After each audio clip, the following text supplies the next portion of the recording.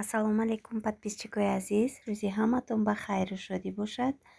Аз чанд вақт мешад ки чанд ҳамин вақти охир ман видео партофта натавонистам, барое ки вақт надоштам.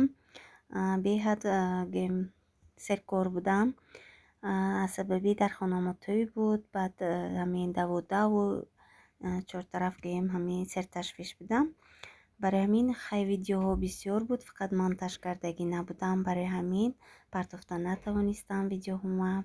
Ако худо хоҳад видеоҳоя як лаб сар карда ҳамеша мепартом, бо шумо тамошо мекунедон. имрӯз бошад ман ин видеои чанд рӯз пеш гирифтагӣ будам. ин видео аз домодталбон. ана инҷа шавҳарам ош гардусин. то охири навор бо мо бошед, тамошо кунедон. фикру ақидаотона нависта лайкои худатонро монедон.